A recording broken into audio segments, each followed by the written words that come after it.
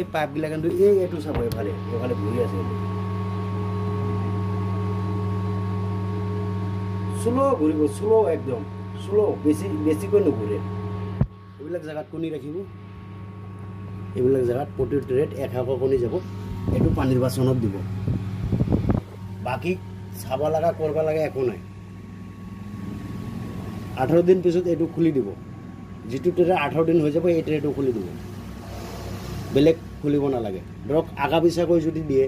এখন ট্ৰে 18 দিন হৈ গৈছে এখন ট্ৰেটো খুলি দিব এখন 18 দিন হৈ গৈছে এখন ট্ৰে খুলি দিব আৰু ওপৰতো 18 দিন হৈ গ'লে এই ইয়াৰ পৰা খুলি দিব